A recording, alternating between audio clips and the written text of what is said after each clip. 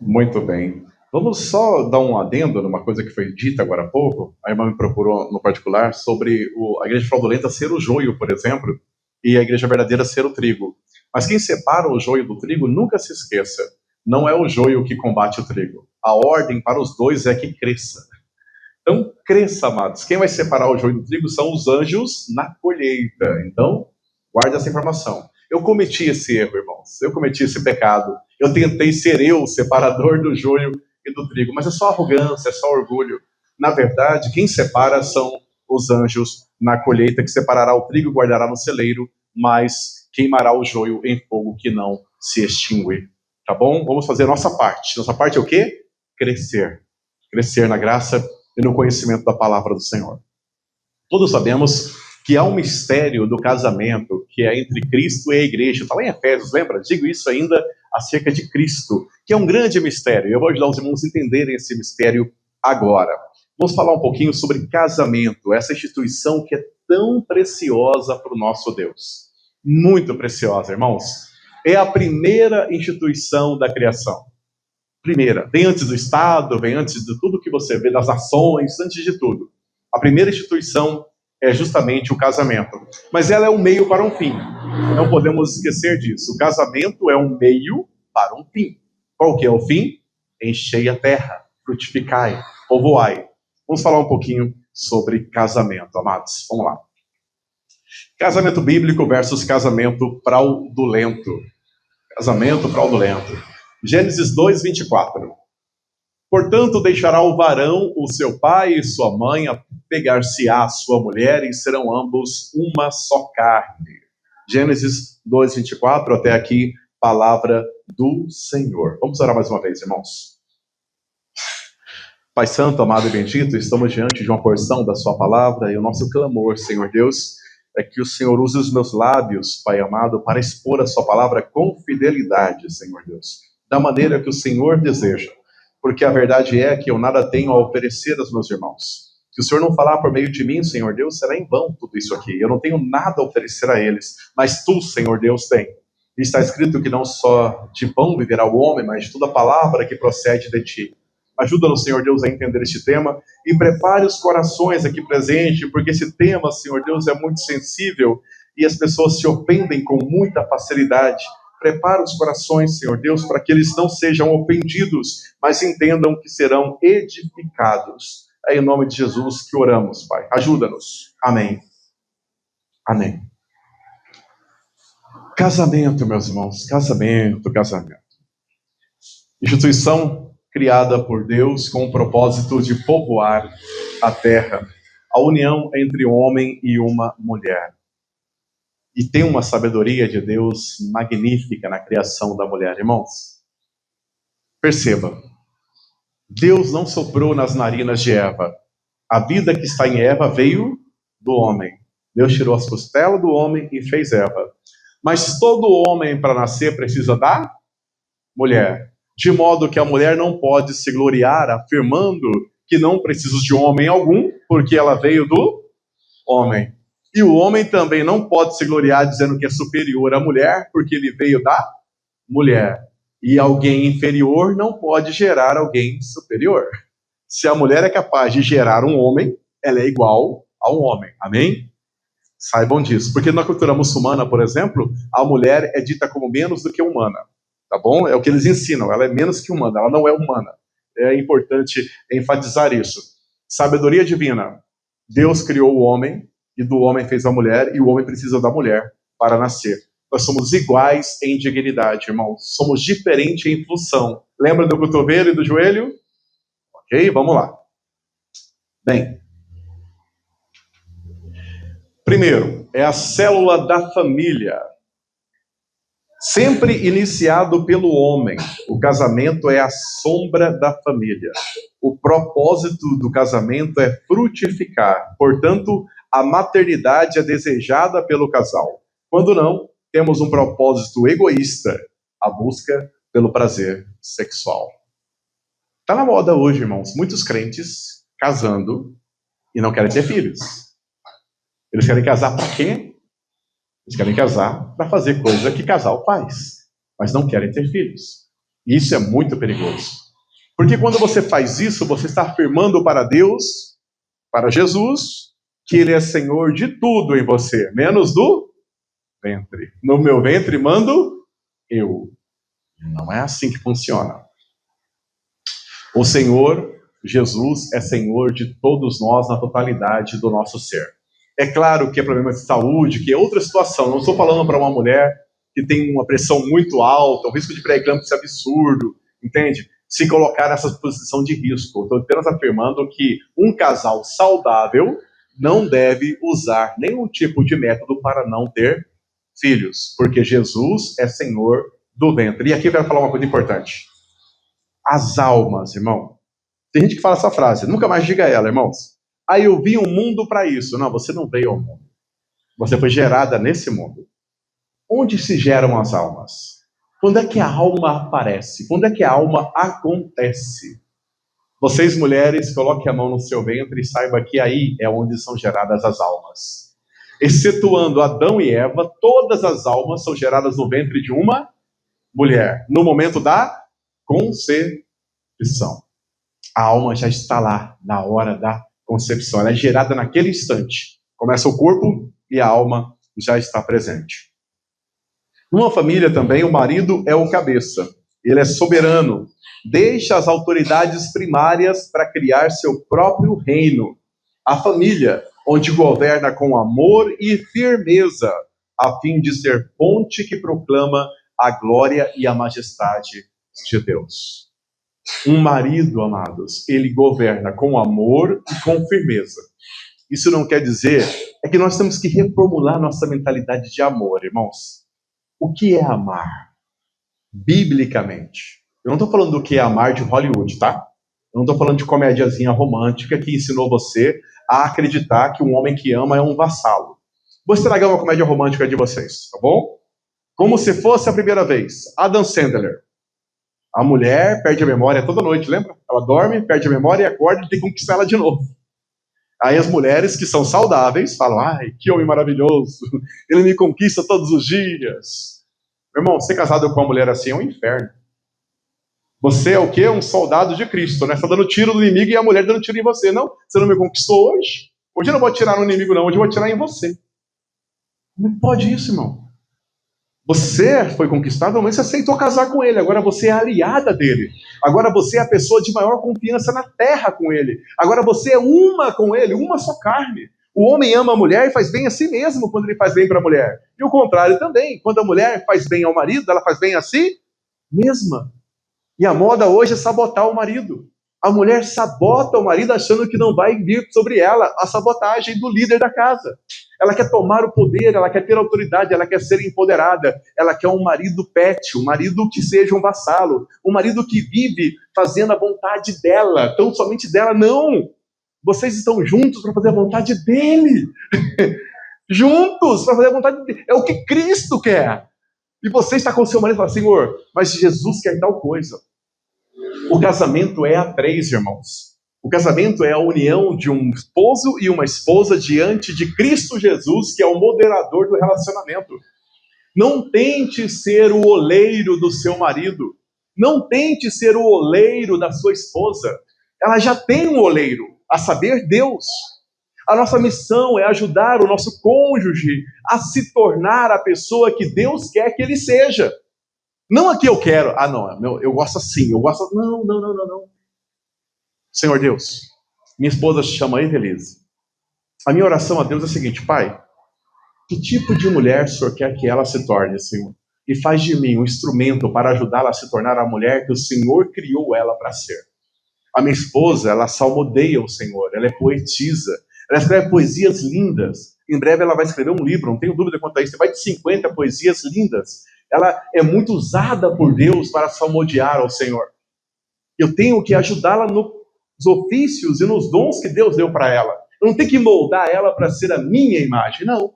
Porque, na verdade, eu vou ficar muito mais feliz como marido quando ela se tornar o que Deus quer que ela seja.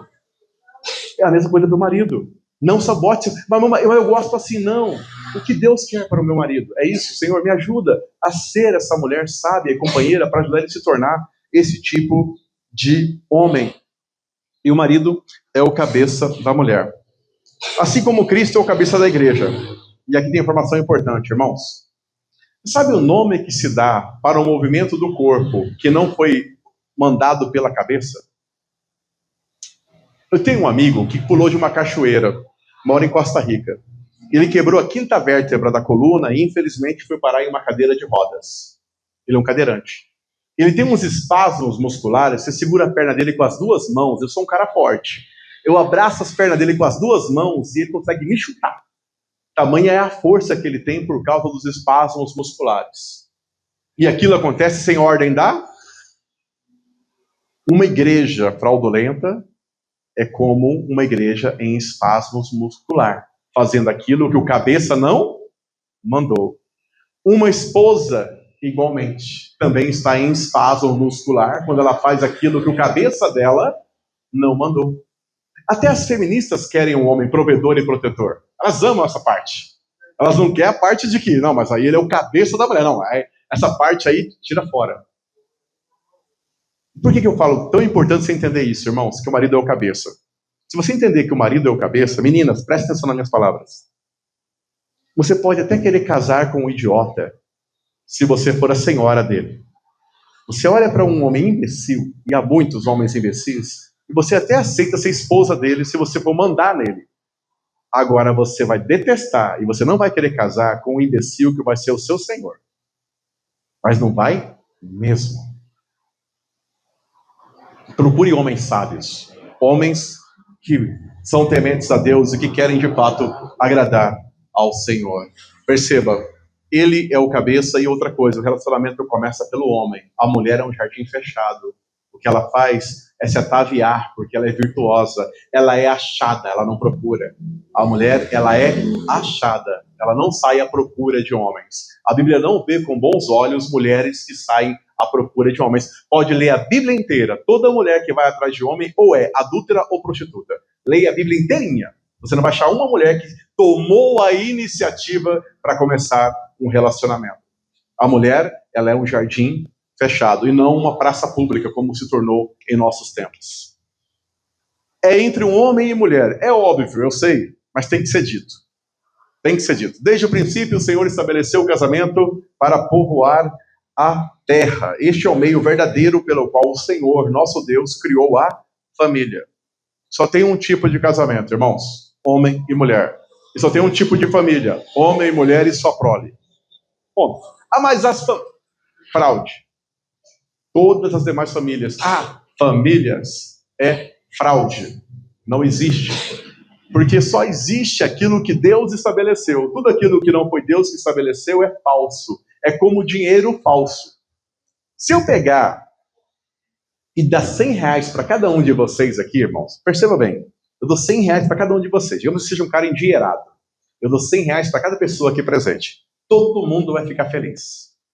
Mas na hora que vocês chegarem no caixa, metade das notas são falsas. E aí muitos que estavam felizes vão ficar tristes. A alegria vai virar vergonha. Mas perceba, não tem diferença na alegria de receber a nota, até descobrir que ela é falsa.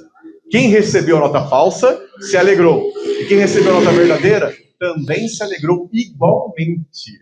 Isso é interessante você saber, irmãos. Porque a alegria do pecado é assim. Na hora do pecado, a alegria é verdadeira. O problema é o custo depois. É o que se torna. Ok? 4. É indissolúvel. Nós, o povo de Deus, não degustamos as pessoas para saber qual é o do nosso gosto. Mas nos mantemos puros e fazemos aliança de almas. Os corpos são um efeito dessa aliança.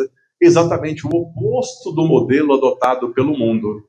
A esposa é edificadora do lar. No mundo, eu saio ficando com todo mundo. Deixa eu falar um pedacinho da minha vida do passado. Irmão, vocês me vêem pregando hoje, vocês acham que eu sempre fui um cristão. Eu já fui uma pessoa muito devassa na minha vida. Eu era um ateu com discípulos e eu era muito depravado. Eu sou locutor de rádio, trabalhava em rádios seculares. Ser depravado como locutor de rádio é muito fácil. E a maioria dos locutores de rádio sem Jesus são depravados. Não é difícil conseguir parceiras. É fácil. Você nem precisa ir atrás. Eu trabalhei nisso por muitos anos da minha vida. Tanto é que após a minha conversão, eu não quis voltar para o rádio, porque eu sabia que era um lugar perigoso para mim. Eu fiquei fora do rádio por anos, por saber que era perigoso. Acabei voltando para o rádio há 2 anos atrás, para uma rádio gospel. E já não estou lá, por motivos que eu não vou falar agora. Mas é importante saber que quando Deus nos transforma, nós nos relacionamos com almas. São almas. Você senta com um homem, menina, e você se apaixona pelo Cristo manifestado nele. Você senta com uma mulher e você vê o Cristo manifestado nela. Então você fala, nossa, como que essa mulher é cheia de Deus? Como que esse homem é cheio de Deus? Eu quero ser o companheiro, eu quero ser a companheira dele, eu quero envelhecer ao lado dele, eu quero ajudá-lo na sua caminhada ou ajudá-la na sua caminhada. Você não se apaixona pelo corpo do outro. Isso é o padrão mundano. O corpo é uma consequência de um relacionamento de almas. Eu não sei vocês, irmãos, eu sou chorão, sabe? Eu confesso isso. Mas, irmãos, quando eu vejo um velhinho, eu parei, estava rodando propaganda, casal de velhinho, 60 anos de casado, encontrei já lá no Parque do Sol. Estava rodando propaganda volante, aí eu vi o velhinho vindo lá de mão dada com a senhorinha, eu parei o carro, baixei o vidro e falei, eu quero só louvar a Deus pela sua vida e dizer que isso é muito bonito. A velhinha ficou toda feliz também. Eu falei, gente, rapaz, 60 anos de casado. 60 anos juntos, irmãos. E ela com um sorriso nos lábios, de mãozinha dada, os dois caminhando. Rapaz, eu não sei dizer para o sentimento que eu tenho. Olha, eu acho tão lindo, tão bonito. Isso, essa geração nossa não vai ter isso, não. Por que eles continuam juntos? Os corpos derreteram. Acabou. A gravidade vence, irmãos. Todos os corpos, masculino ou feminino, já era. Já era. Mas eles continuam apaixonados porque as almas vão melhorando a sua beleza quando você está em Cristo. Enquanto o corpo vai piorando. Em outras palavras, é como virar do avesso. Aí tem pessoas que não melhorou o interior, envelheceu, e aí é feio por fora e por dentro. É terrível gente assim. Tem muita gente assim, que você não tem prazer na companhia da pessoa, a pessoa é amarga, é ruim ficar com ela. E dia atrás, eu era muito radical, eu falava, gente, é absurdo você mandar um pai para o asilo. E dia atrás eu vi um caso desse, aí eu tive que mudar de ideia. O cara estava com o pai em casa, o pai salgava a comida da mulher do cara. Colocaram câmera na casa e pegaram ele sabotando o alimento da casa. De propósito. Ele colocou o pai no asilo. Mas por quê? Ou ele colocava o pai no asilo e separava da esposa. Tem gente ruim, gente. Tem gente ruim. É indissolúvel. Nunca termina. E mulheres, a esposa é a edificadora do lar. Guarde isso no seu coração. Um homem é capaz de comprar 1000 casas. Pode colocar casa nos melhores condomínios do mundo. Ele pode ter casa em Dubai. O homem é capaz disso. Mas nenhum homem tem a capacidade de fazer uma casa virar um lar. O homem não tem esse poder. Essa é uma capacidade que Deus deu para mulher. A mulher é capaz de fazer uma casa virar um lar. O homem não consegue. Não tem estudo, não tem nada que você faça para transformar a casa em um lar. E eu vou dizer uma coisa aqui que vai assustar vocês, meninas. Sabe por que os botecos estão cheios? Já perceberam que os botecos estão cada dia mais cheios? Já se perguntaram por quê? Tem muitos homens que saem do trabalho e eles não querem ir para casa. Eles querem fazer qualquer coisa, menos ir para casa. Eles não querem, porque eles sabem que chegar em casa é outra guerra. Ele está lá fora numa guerra, chega em casa, em vez de descansar, tem mais uma guerra para ele. Aí ele passa no boteco e fica lá com os amigos, bebendo até tarde. É claro que há homens que estão sem vergonha, mas eu vou falar para vocês que a maioria dos que estão lá, irmãos, estão lá porque eles sabem que a casa deles é uma arena, é um lugar de batalha, de guerra, e é horrível para o homem esse tipo de coisa. Horrível. Horrível. Mulheres sábias edificam o seu lar. Quando eu vejo uma família unida, bem feitinha, eu sei que a glória é da mulher. Foi ela quem fez aquilo. Mas quando a casa desaba, eu também sei que a culpa é da mulher. Foi ela que fez aquilo. A sábia edifica, a tola a destrói. Eu conheço mulheres, irmãos, casadas com homens horríveis e têm um lar. Apesar dos homens horríveis que ela tem. Mas os filhos foram bem criados, estão nos pés do Senhor, e o marido é um monstro. Mas a casa continua sendo um lar. Apesar de tudo aquilo, ela sofreu demais na mão da pessoa, mas ela edificou um lar com maridos horríveis. E o contrário eu conheço também. Eu conheço pastores que são casados com verdadeiros demônios. São reféns da mulher. Ele não pode separar que perde o ministério. Aí ela fica lá. Em vez da mulher se alegrar porque casou com um homem de Deus, ela inferniza ele porque sabe que ele não pode se livrar dela. E ela inferniza. Irmãos, em última análise, uma mulher assim leva um homem ao suicídio. Tá? Tem pastores se matando pelo Brasil afora. Quando o homem se mata, eu já procuro a esposa. Eu começo a olhar. Porque o poder da mulher de ferrar a mente de um homem, de prejudicar a mente de um homem até o ponto dele tirar a própria vida. E ela sai inocente da história chorando no velório. Mas esse poder existe. Vamos? O marido tem a soberania e governa sabendo que tem um Senhor no céu, que tudo observa, como eu disse antes. E ele dará conta de cada palavra diante de Deus. Ah, o meu marido é ruim, não se preocupe. Deus é seu pai. Portanto, seu marido tem um sogro. Homens, você tem Deus como pai. Homens, você tem Deus como sogro. Lembre-se disso. Ele deu uma filha dele para você como esposa. Você maltratá-la, judiá-la, fazer dela, em vez de ataviá-la, adorná-la e tratá-la como vaso mais frágil, você ir lá e envenenar a alma dela, Deus está vendo. Deus está vendo. A esposa é um jardim fechado, digna de confiança.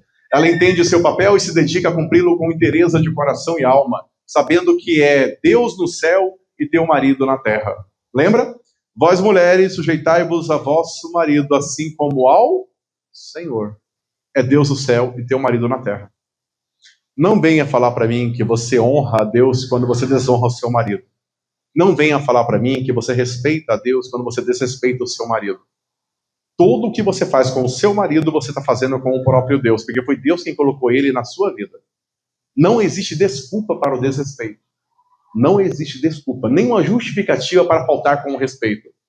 Honrai pai e mãe. Não está escrito? Ah, mas a minha mãe é uma prostituta, meu pai é um traficante. Você vai honrá-los. Não tem pretexto para não honrar. Ah, mas meu marido é ruim. Você escolheu mal. O único caso em que você pode, de fato, se livrar do seu marido é em caso de violência. Aí você pode se livrar do seu marido. Você não é obrigado a casar com ele. Ok? E no caso do homem se livrar da mulher, ele pode se livrar dela quando ela é infiel nos termos da aliança. Mas eu vou falar sobre isso no próximo casamento. Vamos lá. Casamento fraudulento. A esposa é a cabeça. Ela que manda em tudo. Ela é, como é que é a palavra que fala? Ela é a patroa. É, a mulher é a patroa. O homem neste relacionamento, ele é o quê? Perceba as palavras, irmão.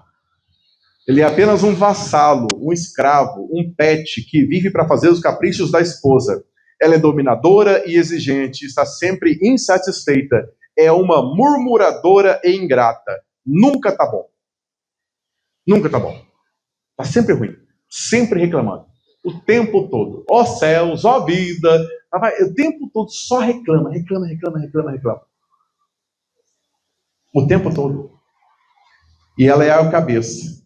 Mas quando a mulher governa, temos um problema aqui, meninas. Jezabel é a dominadora. A esposa nunca tem o governo, irmãos. Quando Deus deu o governo para o homem, a mulher não tinha nem sido criada. Lembra? Ele criou Adão fora do jardim, deu o domínio para ele, depois colocou ele num jardim. E depois ele criou a mulher dentro do jardim. A mulher não foi nem criada lá fora. Ela foi criada no jardim. Ela é a auxiliadora daquele que governa a terra. Ela não governa sobre o homem. Jamais. E quando ela teima nisso, fala, não, mas ela em casa mando eu, sou eu que faço. Não, você nunca governa. Ou você está ajudando aquele que Deus colocou para governar, ou você está em rebelião contra Deus e se torna uma agente do reino das trevas e serve, sem saber, a demônios. Meninas, eu sei que muito que eu vou falar aqui vai ofender vocês, mas eu quero falar uma coisa importante. Cuidado com a ofensa. Vocês conhecem a armadura de Efésios? A armadura de Deus? Satanás também tem uma armadura. Eu vou falar uma das peças dela para você hoje. Uma das peças de Satanás na armadura dele é o escudo da ofensa. Eu denuncio o seu pecado. Você se ofende, fica com raiva de mim e protege o seu pecado. E continua pecando.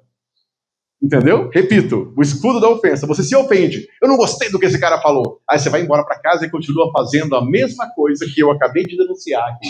Você continua servindo a demônios. Essa é uma das peças da armadura de Satanás.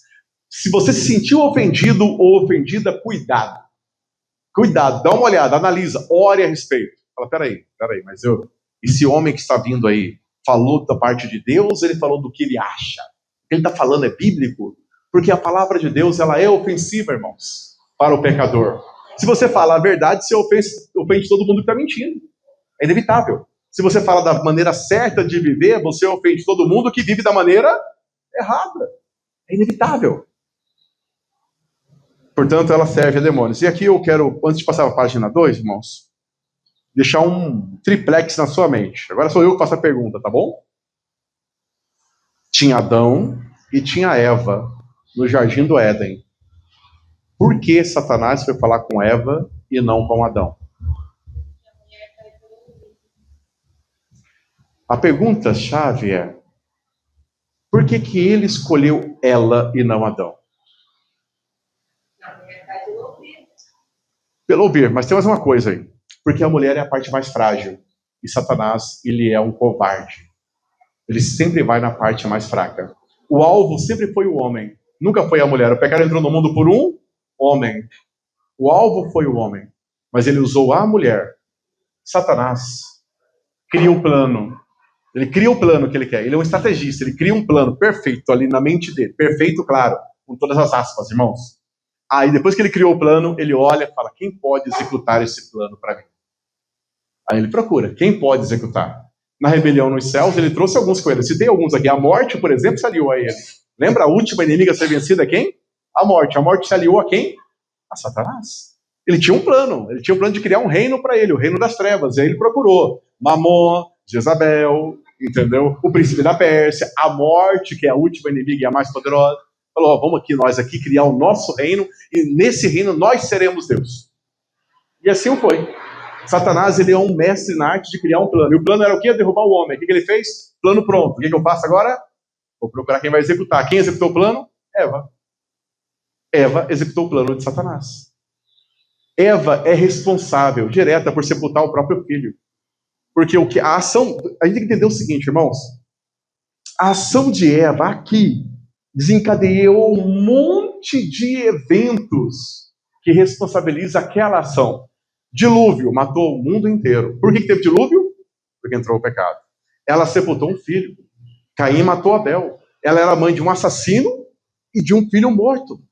Ela planejou isso. Ela falou: vou matar um dos meus filhos. Eu vou ter um filho assassino. Não, ela não planejou. Mas ela executou o plano? Sim.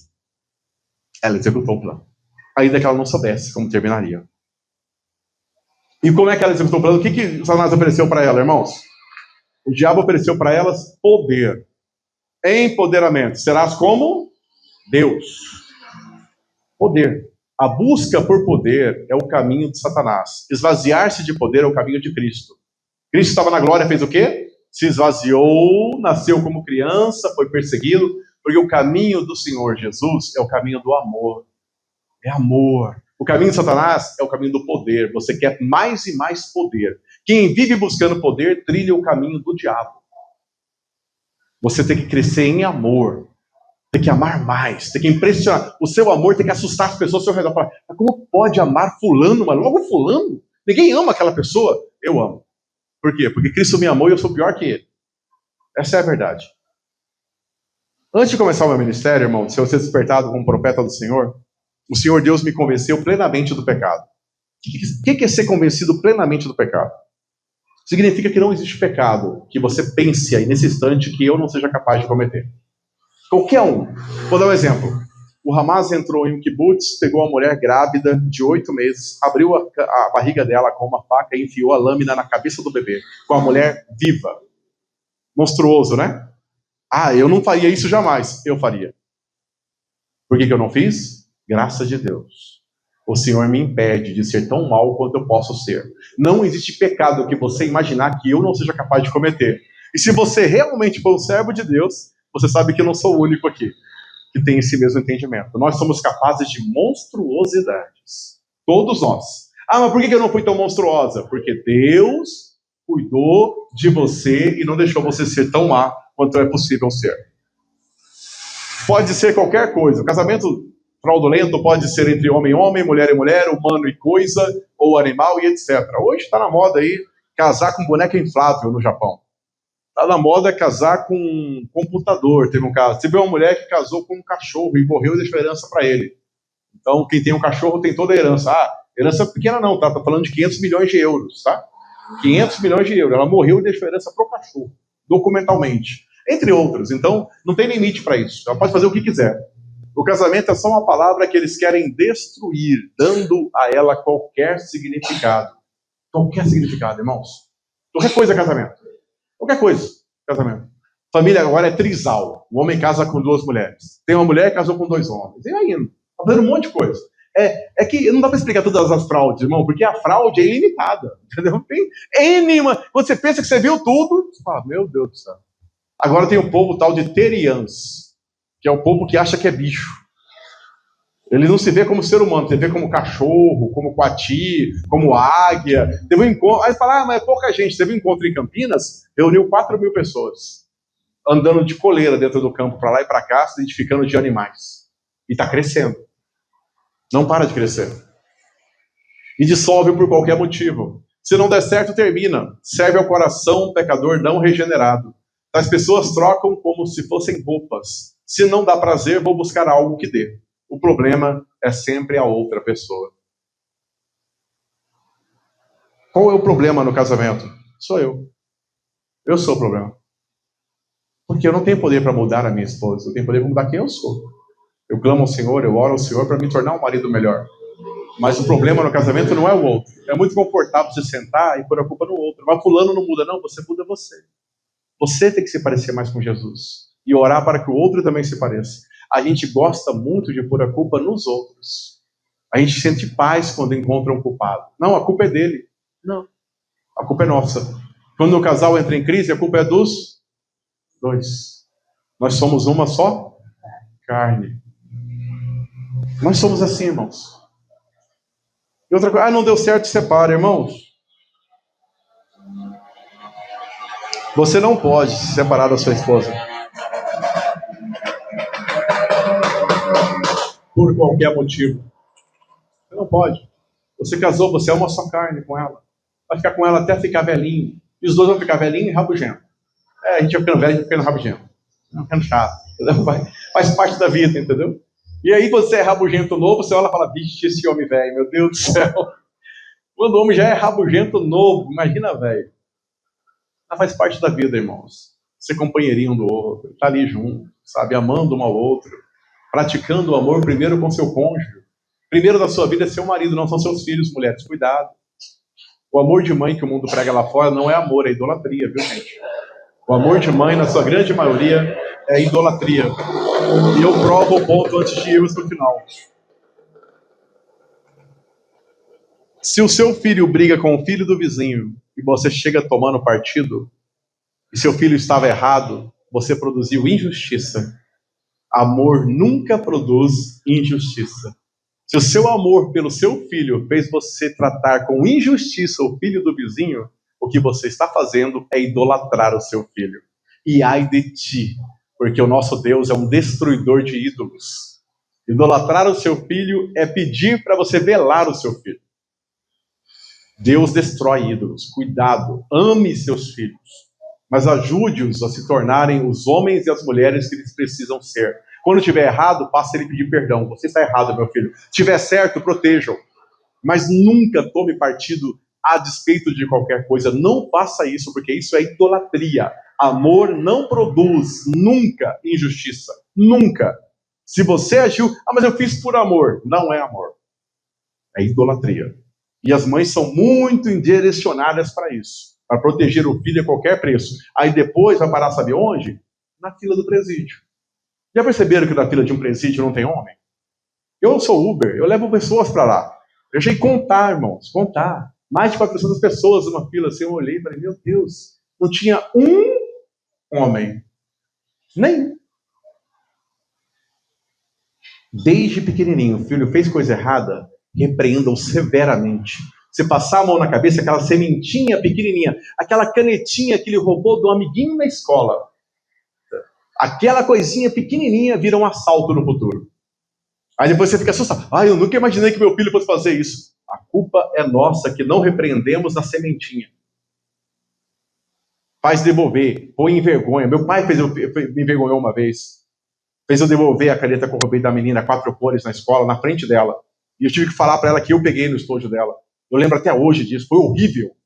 Nunca mais peguei nada de ninguém. Obrigado, senhor. Foi horrível. Ah, não vou envergonhar meu filho. Envergonhe. Envergonhe, porque ele vai lembrar daquele dia e não quer aquilo de novo. Não vai querer. Amém? Casamento não dissolve por qualquer coisa, porque é uma instituição usada por Deus. E Deus odeia o divórcio. Deus odeia o divórcio. 2 casamentos para a gente poder ir para o fim, irmãos. 2 casamentos interessantes que eles são mistos. Ó. Assuero e Esther. Assuero era um rei ímpio. Aí ele casou com Esther. E o Acabe era do povo de Deus e casou com Jezabel.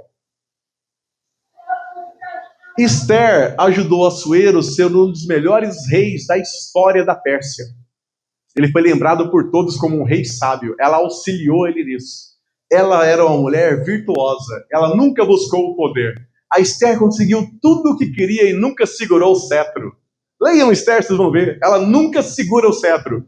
Até o anel que o rei deu depois para poder defender o povo judeu, ela deu para o seu tio que a criou, ou primo, depende da tradução, que ele foi lá e escreveu a carta dando autorização para que o judeu se defendesse. Mas Esther nunca segurou o cetro. Mas isso não significa que ela não conseguiu o que queria, porque ela era sábia. O povo que tentou matar Deus, Amã, que tentou matar todas as pessoas de Deus, parou numa forca. A casa dele virou um monte de entulho. A forca que ele construiu para matar o homem que criou ela, foi usada para enforcar ele. Ela conseguiu tudo o que queria, meus irmãos, mas ela nunca segurou o cetro. A sabedoria é a chave mestra da criação. Se você for sábia, você consegue o que você quiser. O confronto nunca é o caminho, irmãos. Bater de frente com o homem, você vai perder. Sempre. Vai perder. Vai terminar velha, divorciada e sem filhos. Mulheres que batem de frente com o homem. Vai terminar como Vasti. Antes dele casar com Esther, ele tinha uma outra esposa chamada Vasti, que o envergonhou diante de todos os convidados. E por causa disso, foi banido da presença dele, para nunca mais vê-lo. Você não pode se comportar como Vasti e querer o destino de Esther. Tem 2 destinos. Qual é o seu comportamento? Aqui embaixo, Acabe e Jezabel. Acabe é um frouxo. Acabe é um banana. Acabe é um homem dominado pela mulher.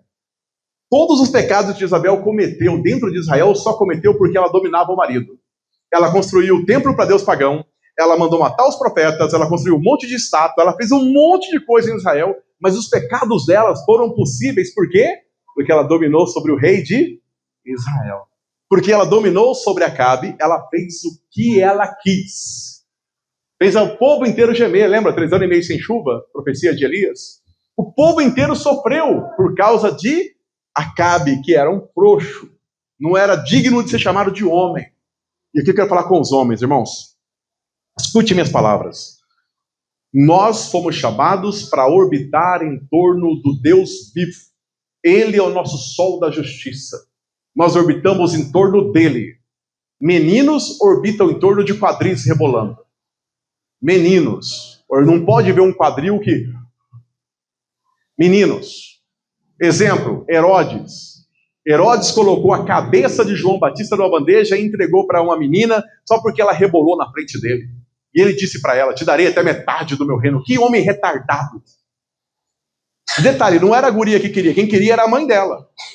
A mãe dela desejava isso, mas ela não tinha mais poder. Ela não tinha corpo para dançar na frente dos homens. Imagina a mulher dançando na frente dos homens. Não ia ter o que queria. Ela mandou a filha dançar. Porque a filha era jovem e bonita. E a beleza da mulher está nisso. Juventude e beleza. Aí ela pega e usurpa a autoridade dos homens por causa da juventude e da beleza. E quando a juventude e a beleza vai embora, acontece o quê? Aquela ilusão de poder desaparece. Herodias queria a cabeça de João Batista, mas ela não tinha capacidade de querer. Ela, perdão pela palavra pesada, mas ela cafetinou a própria filha para conseguir isso. Esse é o termo. Ela mandou a filha dela dançar, seminua na frente de um monte de homens estranhos, para conseguir a cabeça de João Batista. A pergunta é, quem você quer ser? Vocês homens, quem vocês querem ser? Vocês mulheres, quem vocês querem ser? 2 destinos. Deus não abençoa fraudes, mais uma vez, irmãos. Pedir a bênção de Deus enquanto não nos empenhamos em ter um casamento bíblico é o mesmo que falsificar dinheiro e orar para que a operadora de caixa não perceba a falsificação. Mesmo princípio, mesma loucura. Mas aí você fala, mas irmão, lá em casa quem manda sou eu, meu marido não manda. Converse com ele. Fale, pai, eu quero ter um casamento bíblico. Eu quero ter um casamento bíblico, porque um casamento fraudulento não será abençoado. Eu quero ter um casamento bíblico. Não é para trazer desesperança para você, amado. É para você se consertar. É palavra de misericórdia, mas você precisa reconhecer o seu erro. Tudo para mudar, irmãos, eu já encerro por aqui. Você precisa reconhecer o seu erro. O ladrão na cruz, que foi salvo por Jesus, antes de ser salvo, disse uma frase que todos nós temos que ter ela no coração, irmãos.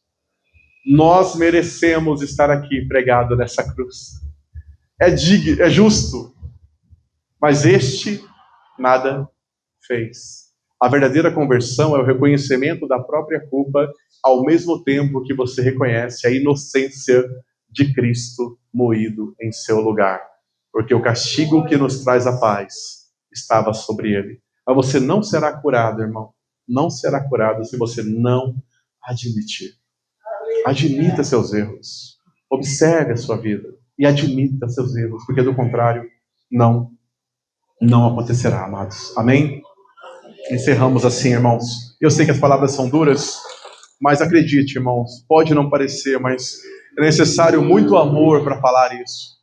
Porque todas as pessoas querem ser amadas por onde vão. A gente quer que gostem da gente. Quando você fala coisas como essas que eu falei, é o contrário que acontece. Então você precisa de amor para isso. Porque eu vou sair daqui, amanhã eu tô aqui de novo. Pode ser que nem volte amanhã. Fala, irmão, ontem o senhor... Entendeu? Mas é misericórdia, é bondade, é convite para se consertar. Tem misericórdia? Tem. Nosso Deus pode transformar uma fraude no casamento bíblico? Pode. Meu casamento está tudo errado. Foi eu que comecei, eu corri atrás do meu marido, eu que fiz isso. Começou tudo errado. Mas Deus pode transformar em casamento bíblico? Pode. Nosso Deus é o Deus do impossível. Ele pode. Amém? Perguntas?